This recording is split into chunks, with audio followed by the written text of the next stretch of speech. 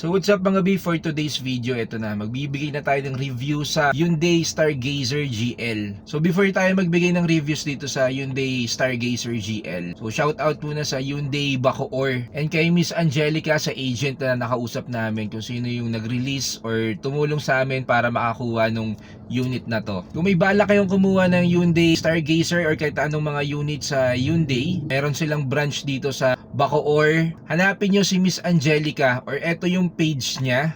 Yan, message kayo sa kanya, Hyundai Bacoor Cavite by Gel. Yan, kay Miss Angelica. Before kasi, naghanap kami ng 0DP na unit na to. Dapat dun kami kukuha sa ibang branch, which is sa Manila. Medyo malayo kasi dito kami sa Cavite, Bacoor. Nagtry kami na magtanong dito sa Hyundai Bacoor branch. That time kasi na kumuha kami, walang 0DP na offer dito sa kanila.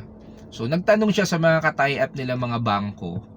So, pumayag na mag 0DP niya. Isang bangko lang yun. So, hindi na ako magbabanggit kung anong bangko yun. Kaso, ang masaklap, naka-lock-in or tuck-in kung tawagin. Naka-lock-in kami sa insurance for 5 years. So, medyo mabigat. Kasi yung kukunin dapat namin nung una, Stargazer X. Yung top of the line na Stargazer. So, isang bangko lang kasi yung naka-tie up sa kanila na nagbigay ng offer na yun na 0DP. Pero, naka-lock-in sa insurance. So, yung monthly kasi nun is 27,000 plus yung insurance is almost 2,000. So, magma-monthly kami kulang-kulang 30,000. So, sabihin mo na 30,000. So, pinag-isipan muna namin yan. Siguro na-delay kami for almost 1 week ng misis ko na kumuha ulit ng sasakyan.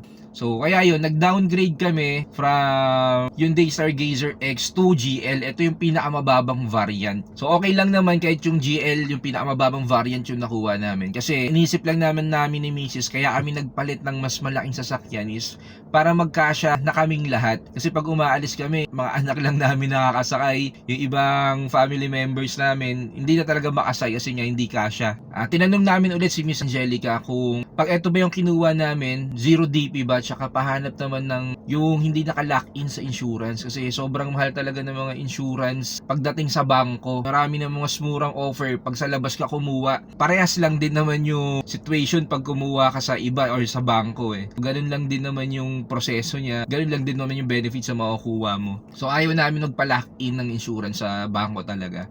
Kasi yun din yung iniiwasan namin, mas mahal na. So pag sa ilabas, mas makakamura ka dahil meron naman tayong ibang kakilala na nagbibigay na or nagtatrabaho sa mga insurance company din. Tapos yun, sabi ni Miss Angelica, meron sir, marami kami makaka-tie up na bangko na mabibigyan kayo ng 0DP. Tapos same pa rin yung amount ng monthly. Kwento ko din, yung time na kumuha kami ng sasakyan, before kami kumuha ng sasakyan sa Hyundai Bacoor, meron silang offer na 10,000 fuel sa Shell. 10,000 yun mga biya. So hindi namin naabutan kasi nag-delay nga kami for 1 week. Hindi kagad kami kumuha ni misis ng sasakyan. So yung nakakuha na kami ng sasakyan, nawala yung 10,000 na free na gas. So sayang eh no. Tapos yun na, di okay na. Na-release na yung sasakyan. After ng ilang days, nag-message sa amin si Miss Angelica na sabi niya, sir, yung offer na 10,000 binalik ng Hyundai. So kahit hindi po kayo kasama sa promo, that time na-release natin yung sasakyan ninyo, bibigyan pa po namin kayo. So napakalaking bagay nun yung 10,000 na yun.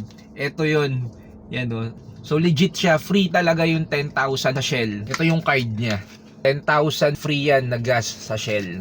ORCR na release ng after 3 weeks. Tapos pagdating ng 4 weeks or pagdating ng 1 month, almost 1 month na, nagkaroon kagad ng plaka. Dito yan sa Hyundai Bacoor. So pinuntahan namin yan kasi sakto pang 1 month ngayong May 7. Kanina dinaanan ko. Yun, nakuha ko na yung ORCR tsaka yung plate. At eto pa yung pinakamaganda mga B. Pagpunta namin kanina sa Hyundai Bacoor, na yun nga, kukunin namin yung plaka tsaka yung ORCR nga. Hindi namin ina-expect na binigyan ulit kami ni Miss Angelica ng another 1,000 na panggas sa Shell. Yan, ito yung card binigay sa amin. Napakalaking bagay na ito kasi ang mahal ng gas ngayon eh, di ba?